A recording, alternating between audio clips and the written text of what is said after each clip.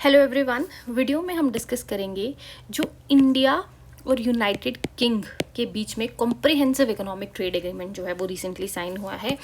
Mains 2026 जो भी आएगा काफ़ी ज़्यादा important, one of the important topic है उसके लिए, क्योंकि बहुत टाइम से ये एग्रीमेंट साइन करने की बात हो रही थी and finally this comprehensive economic and trade agreement has been signed. India को काफ़ी ज़्यादा बेनिफिट है इसमें, तो देर आर हाई चांसेस कि एग्जाम में क्वेश्चन इसके रिगार्डिंग पूछ सकते हैं। तो one by one we will discuss कि सबसे पहले 15 जुलाई 2026 में it came into effect a year after it was signed. ठीक है, now it came into effect कि पिछले साल ये साइन हो गया था। Now it will be on ground. इसका इम्प्लीकेशन जो है अब आप ग्राउंड पे देखोगे, प्लस इसके साथ जो डबल कॉन्ट्रीब्यूशन कन्वेंशन था वो भी ऑपरेशनल हो जाएगा। इसके बारे में हम अभी आगे डिस्कस करेंगे कि ये चीज़ क्या है। देन ये इंडिया का पहला कॉम्प्रिहेंसिव ट्रेड डील है with the developed country and is being called the gold standard of India's FTA. This line you can mention in your exam.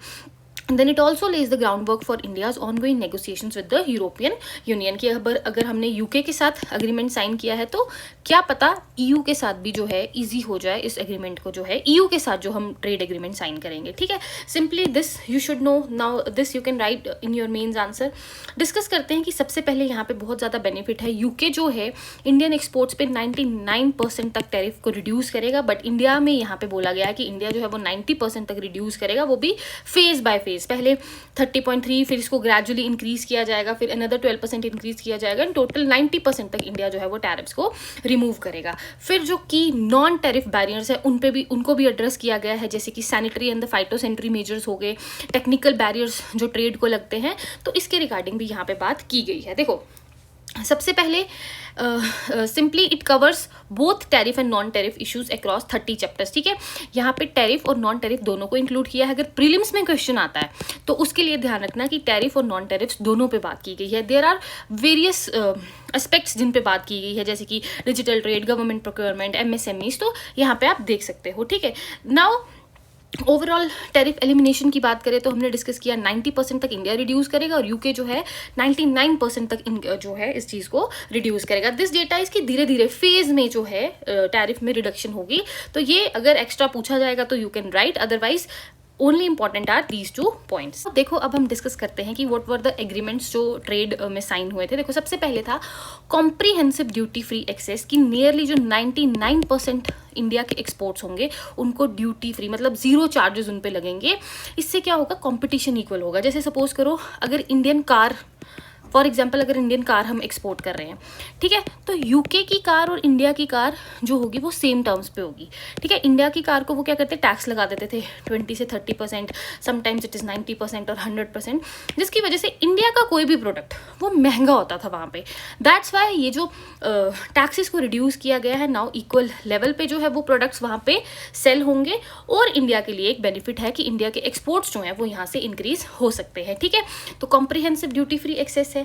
Then removal of the regional tariff handicap, कि earlier क्या था कि जो countries थी जैसे कि Bangladesh, Pakistan, Cambodia, ये लोग अगर अपने गुड्स जो हैं यूनाइटेड किंगडम में एक्सपोर्ट करते थे तो इन पे जीरो टैक्स लगता था, और वही इंडिया को जो है 4 to 16% एक्स्ट्रा टैक्स पे करना था, जिसकी वजह से इंडियन गुड्स जो थे वो वहाँ पे महंगे होते थे। फॉर एग्जाम्पल, अगर इंडिया अपना काजू यूके में बेच रहा है और at the same time Pakistan भी अपना काजू वहाँ पे बेच रहा है, इंडिया का काजू जो है वो 114 में खरीदना पड़ता था और ये 100 में ही बिक जाता था, तो लोग किसको प्रेफर करेंगे, obviously they will buy it for 100 ना। तो अब क्या होगा, इंडिया के लिए भी जो है एक रीजनल टैरिफ हैंडीकैप था, that has been removed. Now जो नेक्स्ट है that is the calibrated automobile import deregulation. देखो, इंडिया क्या करता था, India use to charge 100% tax on the British car. अगर हम लोग ब्रिटेन से कार्स को इम्पोर्ट करते थे तो फॉर एग्जाम्पल अगर वो कार यूके में 20 लाख रुपए की बिक रही है तो इंडिया में उस पर 110% का टैक्स लगता था, और इंडिया में जो उसकी वैल्यू है that is about 42 lakh rupees. ठीक है, यहाँ से क्या होगा कि जो यूके होगा उसको बेनिफिट होगा कि उनकी कार्स जो है वो ज़्यादा एक्सपोर्ट करेंगे और ज़्यादा जो है इंडियन मार्केट का एक्सेस मिलेगा। एंड इंडिया ने कहा है कि they will slowly reduce this tax to 10% over 10 years, कि 10 साल के अंदर अंदर इस टैक्स को हम रिड्यूस करके 10% तक पहुंचा देंगे। बट यहाँ पे ना एक सेफ्टी नेट रखा गया है कि यहाँ पे हमने एनुअल कोटा रखा है कि ओनली 37,000 ब्रिटिश कार्स जो है वो इंडिया में एंटर करेंगी। ठीक है, क्योंकि इससे हमने जो स्मॉल इंडियन कार्स मेकर्स हैं या इलेक्ट्रिक कार्स जो अभी मार्केट में आए हैं उनको बना रहे हैं, तो उनको उनके साथ भी कंपटीशन थोड़ा कम करने के लिए कि हम लोगों ने यहाँ पे कोटा डिसाइड किया कि सिर्फ 37,000 कार्स जो हैं वो आपकी अलाउड करेगा इंडिया, ठीक है। So this is the third point. Next यहाँ पे बात की गई है स्कॉच विस्की की, जिसका टैरिफ रिड्यूस करने की बात की गई है कि इंडिया अभी जो है ये 150% टैक्स जो है वो चार्ज करता है कि अगर 1000 रुपये की बॉटल वो यूके में बिक रही है तो इंडिया में उसकी कॉस्ट होगी 2500 रुपीज़, ठीक है। इस टैक्स को भी जो है वो 40% तक लाया जाएगा ओवर द 10 ईयर्स। तो ये यहाँ पे एग्रीमेंट में अनदर डील जो है वो साइन हुई है। फिर उसके बाद आ जाता है हमारा double contribution convention. This is the most important point in this. देखो होता क्या था कि जो इंडियन वर्कर है, कोई भी इंडियन वर्कर है, वो यूके में अगर काम कर रहा है तो उसको इंडिया और यूके में दोनों जगह जो है सोशल सिक्योरिटी में कंट्रीब्यूट करना पड़ता है, ठीक है। Suppose I am a worker और मुझे कुछ सैलरी मिलती है, उसका कुछ पार्ट जो है सोशल सिक्योरिटी में चला जाता है, जैसे एनपीएस हो गया गवर्नमेंट्स के लिए, एंड जो बाकी की सैलरी होती है वो आपको इन हैंड आ जाती है। बट जो इंडियन वर्कर यूके में काम कर रहा है वो इंडिया में भी पे कर रहा है सोशल सिक्योरिटी और यहाँ पे भी पे कर रहा है, यूनाइटेड किंगडम में भी उसको पे करनी पड़ रही है। दैट मीन्स कि डबल उसको जा रहा है। और सबसे बड़ा कैच इसमें क्या है कि जो यूके की जो सिक्योरिटी में जो जा रहा है वो उसको नहीं मिलेगा। क्यों नहीं मिलेगा? क्योंकि वो सिर्फ वहाँ पे कॉन्ट्रैक्चुअल बेसिस पे गया है, तो there are very less chances कि जो कंट्रीब्यूट उसने यूनाइटेड किंगडम में किया वो उसको रिटर्न होने के चांसेस बहुत ज़्यादा कम है। इसीलिए इस कन्वेंशन पे बात की गई है कि अब अगर यूके में कोई इंडियन वर्कर है वो एक ही स्कीम में कंट्रीब्यूट करेगा। So this is the big relief for the workers कि now for up to 5 years, 5 साल तक they only pay in India, they don't have to pay the UK के नेशनल इंश्योरेंस में। इससे क्या होगा कि जो इंडियन वर्कर्स हैं वो ज़्यादा सैलरी लेंगे, ठीक है ना, और ज़्यादा मनी जो है वो सेव करेंगे। So this is the agreement. Now next है अनप्रेसिडेंटेड सर्विसेज एक्सपेंशन की बात की गई है कि India got access to 12 big service sectors like IT, finance, health, education and 137 sub sectors in the UK की अपनी सर्विसेज हम वहाँ पे इजीली जो है वो सेल कर सकते हैं। और this covers about 99% of what Indian service exporters were interested in, कि हम लोग जो है सिंपली अपनी सर्विसेज को एक्सपोर्ट करके अच्छा खासा रेवेन्यू वहाँ से जनरेट कर सकते हैं नाउ, और ये फ्रीली कर सकते हैं। पहले हर्डल्स थे, now we can freely export our services. Next इसमें बात की गई है प्रोफेशनल्स की, जैसे इंडियन नर्सेज हो गए, अकाउंटेंट्स हो गए, आर्किटेक्ट्स हो गए, ये यूके में जो है ये इजीली काम कर सकते हैं। पहले क्या करना पड़ता था, आप यहाँ से प्रोफेशनल डिग्री करके गए, वहाँ पे भी आपको प्रोफेशनल डिग्री करनी पड़ती थी क्योंकि आपको उनके हिसाब से काम करना है। But now this is not the case कि जो इंडियन नर्स है, इंडियन डिग्री उसके पास है तो उसको दोबारा से री एग्ज़ाम नहीं देना पड़ेगा यूके में। सो this is also a better thing. Now next इसमें है एम्बिशियस स्टील कोटा, जो रिस्ट्रिक्शंस लगाई गई थी। यहाँ पे बात की गई है कि पहले जो थे यूके ने बहुत ज़्यादा टफ रूल्स रखे थे इंडियन स्टील एक्सपोर्ट्स के लिए कि ठीक है, इंडिया जो है स्टील एक्सपोर्ट करता था यूके को, उन्होंने वहाँ पे बहुत ज़्यादा टफ जो है रूल्स रखे थे। लेकिन अब क्या है कि जो कोटा है फॉर इंडियन स्टील उसको 3 times इंक्रीज़ कर दिया गया। सपोज अगर पहले 100 tons ऑफ स्टील एक्सपोर्ट होता था, अब 300 tons जो है वो एक्सपोर्ट करेंगे, ठीक है। बट ये लिमिट कहाँ से सेट हुई है, 12,405 से 33,456 tons जो है अब स्टील वहाँ पे बिकेगा। नेक्स्ट हम डिस्कस करेंगे कि इंडिया के लिए क्या क्या अपॉर्चुनिटीज़ हैं और यूनाइटेड किंगडम के लिए क्या क्या अपॉर्चुनिटीज़ है। देखो यहाँ पे सबसे पहले है spurring the formal labour intensive jobs की, मोर जॉब्स होंगी इंडियन फैक्ट्रीज और वर्कशॉप्स में। अब यूके जो है जीरो टैक्स करेगा, इंडियन की जो फैक्ट्रीज हैं जैसे क्लोथ्स की, शूज़ की, तो ये ज़्यादा बेचेंगे and hence more labour is required, जिसकी वजह से मोर लोकल वर्कर्स को जो है वो जॉब मिलेगी, ठीक है। This is the first benefit. Next जो इसमें है, देखो सबसे पहले यहाँ पे है कि जो यूके जो है ये 30 बिलियन हर साल खर्च करता है मेडिसिन पे। अब इंडिया की सस्ती और हाई क्वालिटी जेनरिक मेडिसिन अगर हम वहाँ पे एक्सपोर्ट करेंगे, ठीक है ना, यूके जो उन पे टैक्स चार्ज करके उनको कॉस्टलियर बनाता था, नाउ अब जीरो ड्यूटी से वो सस्ते में बिकेंगी and they can bid equally with the UK की local firms. So more Indian tablets जो हैं वो ब्रिटिश पेशेंट्स यूज़ करेंगे एट द लोअर प्राइजेस पे। तो यहाँ पे ब्रिटेन को भी फायदा हो रहा है और इंडिया को भी फायदा हो रहा है, ठीक है।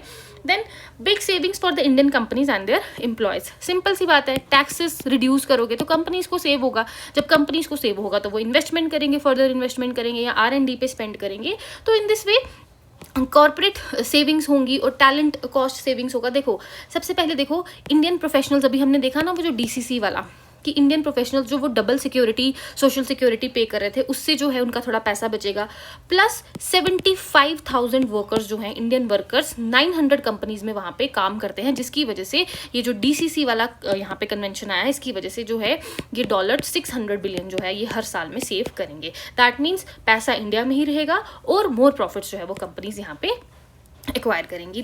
नाउ द नेक्स्ट इज कि Indian firms can now sell to the UK government, कि इंडियन जो फर्म्स हैं वो भी यूनाइटेड किंगडम की गवर्नमेंट को डायरेक्टली सेल कर सकती है। जैसे इंडिया में होता है ना, गवर्नमेंट जेम पोर्टल से जो है फर्म्स से खरीदती हैं, बिडिंग करती है। सिमिलरली अब जो है इंडियन फर्म्स के पास भी अपॉर्चुनिटी है कि वो डायरेक्टली अपना जो प्रोडक्ट्स हैं वो सेल कर सकते हैं, किसको, यूनाइटेड किंगडम की गवर्नमेंट को। और इंडियन सप्लायर्स को जो है ये यहाँ पे लीगल राइट्स प्रोवाइड किए गए हैं फॉर बिडिंग द कॉन्ट्रैक्ट्स, ठीक है। So this is also a benefit. Then उसके बाद आ जाता है कि इंडियन ऑफिसेज जो होंगे of global companies will become smarter, not just cheaper. देखो बहुत ज़्यादा ब्रिटिश कंपनीज जो हैं they already have the back offices in India, ठीक है। ये ब्रिटिश कंपनी है, इनके बैक ऑफिसेज हैं इंडिया में, क्योंकि इंडिया में थोड़ा सस्ता पड़ता है, तो इन्होंने अपने जो ब्रांचेस है वो हर कंट्रीज में वहाँ पे खोली होती है। Now with better digital rules, तो इनको भी अपग्रेड किया जाएगा हाई वैल्यू वर्क के लिए, लाइक R&D, डेटा एनालिटिक्स और साइबर सिक्योरिटी के लिए, तो जिससे जो इंडियन ऑफिसेज हैं वो भी जो है दे विल बिकम स्मार्टर, ठीक है।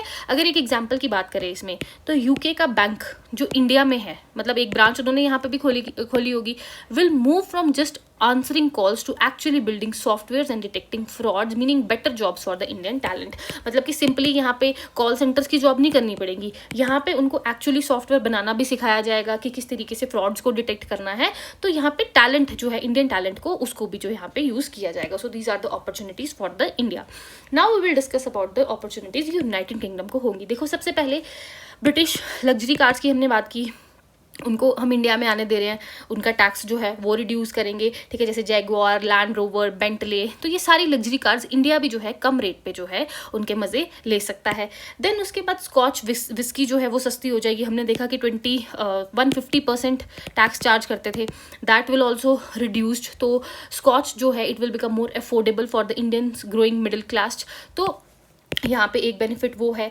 फिर उसके बाद यहाँ पे नेक्स्ट बेनिफिट है कि यूके की कंपनीज हैं, दे can bid for the Indian government projects. जैसे हमने उनको दिया मौका, जैसे हमारी फर्म्स यूके में गवर्नमेंट कॉन्ट्रैक्ट्स में बिड कर सकती है, वैसे ही यहाँ पे भी जो है हमने यूनाइटेड किंगडम की जो कंपनीज हैं वो भी, उनको भी परमिशन दी है कि वो भी बिड कर सकती हैं हमारे गवर्नमेंट कॉन्ट्रैक्ट्स के लिए। फिर यूके का जो फाइनेंस, एजुकेशन और डिजिटल फर्म्स हैं, they can also setup shop in India, ठीक है ना। तो ब्रिटिश कंपनीज जैसे कि फिनटेक्स की अगर हम बात करें, तो वो अपनी ब्रांचेस इजीली जो है वो इंडिया में यहाँ पे खोल सकती है। जैसे कोई भी ब्रिटिश पेमेंट ऐप होगा तो वो इंडियन सिटीज में जो है वो लीगली और स्मूथली जो है वो काम करेगा। So these are the benefits to the United Kingdom. But challenges भी रहते ही हैं। तो चैलेंजेस यहाँ पे सबसे पहले क्या है कि हिस्टोरिकली लो FTA यूटिलाइजेशन एफिशिएंसी। हम साइन तो कर लेते हैं, बट हिस्ट्री जो है हमें वो बताती है कि हमने जितने भी ट्रेड एग्रीमेंट साइन किए हैं उनको हमने फुल्ली यूटिलाइज नहीं कर पाए हैं। जैसे कि इंडियन स्मॉल इंडस्ट्रीज और MSMEs, ये frequently failed to exploit the trade pacts जो हम दूसरी कंट्रीज के साथ साइन करते हैं। तो this is the problem. Plus navigating intense non tariff barriers. Although हमने इन चीज़ों पे भी बात की है, बट स्टिल वहाँ के जो मेजर्स हैं, वो जो स्टैंडर्ड्स हैं, दे आर सो हाई कि इंडिया को वहाँ पे बहुत ज़्यादा प्रॉब्लम आएगी। देन उसके बाद managing the structural economic disruptions. अब टैक्सेस हम लोग नहीं चार्ज करेंगे, यूके के प्रोडक्ट इंडिया में आएंगे, जो हमारी स्मॉल कंपनीज हैं उनके साथ compete करेंगे, ठीक है। इनको भी कहीं ना कहीं नुकसान होगा ही, क्योंकि हमने टैक्सेस को बहुत हद तक रिड्यूस करने की बात की गई है। तो यहाँ पे एक ये भी प्रॉब्लम है। Then vulnerability of the supply chain choke points, कि हम लोग उनके प्रोडक्ट्स पे इतने भी ना डिपेंडेंट हो जाएं कि जब प्रॉब्लम्स क्रिएट हों, जैसे कि अभी हम वेस्ट एशिया में देख रहे हैं, तो उसकी वजह से जो है वो प्राइजेस जो है वो और ज़्यादा बढ़ेंगे, क्योंकि ऑब्वियसली शिपिंग चार्जेस इंक्रीज हो जाएंगे। तो इस फिर जो ये पूरी डील है कि जो हमने प्राइजेस रिड्यूस किए हैं, टैक्सेस रिड्यूस किए हैं, तो ये सिर्फ ऑन पेपर आ जाएगी, अदरवाइज वी हैव टू पे द हायर प्राइजेस। तो ये चैलेंजेस आप वहाँ पे मेंशन कर सकते हो कि हमने, आप ये किसी भी ट्रेड अगर हमने किसी भी कंट्री के साथ किया, वहाँ पे मेंशन कर सकते हो कि FTAs की जो यूटिलाइजेशन है by the small industries, this is very less, ठीक है। देन उसके बाद जो नॉन टेरिफ बैरियर्स है वहाँ पे हमारी कंपनी सफ़र करती हैं। फिर अगर हमने फ्री एक्सेस वहाँ पे किसी को दे दिया है कि आ जाओ भाई बिना टैक्सेस के, तो अब जैसे स्कॉच वहाँ से ला रहे हैं, गाड़ियाँ वहाँ से ला रहे हैं, तो यहाँ पे हमारी कंपनीज जो है ना वो सफ़र करेंगी। प्लस वल्नरेबिलिटी, ये जो चोक पॉइंट्स है, तो दिस चैलेंजेस आप किसी भी FTA में लिख सकते हो। These are the very general points, ठीक है। ठीक है. Now this is the question for practice की they offers a significant market access this India UK का कॉम्प्रिहेंसिव इकोनॉमिक ट्रेड एग्रीमेंट, और कॉस्ट सेविंग भी है. प्लस इसका सक्सेस किस पे डिपेंड करता है, on addressing the structural challenges जो इंडियन जो फेस करते हैं by the Indian exporters. And in this statement critically examine the potential benefits and the challenges of the सेटा फॉर इंडिया. तो इंडिया के रिगार्डिंग सिंपली एक इंट्रोडक्शन दे दो, फिर उसके बाद बॉडी पॉइंट्स में लिख दो कि कहाँ कहाँ पे जो है हमने वहाँ पे डील की है. चैलेंजेस यहाँ पे मेंशन कर सकते हो कि एफिशिएंसी लो है, फिर ये जो स्टैंडर्ड्स हैं ये काफ़ी ज़्यादा स्ट्रिक्ट हैं, डोमेस्टिक इंडस्ट्रीज़ को फेस करना पड़ता है कंपटीशन को, जियोपॉलिटिकल रिस्क है, इंडियन लिक्विड ब्रांड्स को इम्पैक्ट होगा. फिर उसके बाद जो यूनाइटेड किंगडम जो है हमारे गवर्नमेंट कॉन्ट्रैक्ट्स में बिड करेगी, वहाँ पे इंडियन फर्म्स को अगेन नुकसान होगा. तो these are the challenges. Then उसके बाद आप कंक्लूजन मेंशन कर दो. तो in this way you can write an answer on this. ठीक है. सो अगर कोई डाउट है वो आप मुझे कमेंट्स में पूछ लो. इस टॉपिक के लिए इतना ही था. Thank you.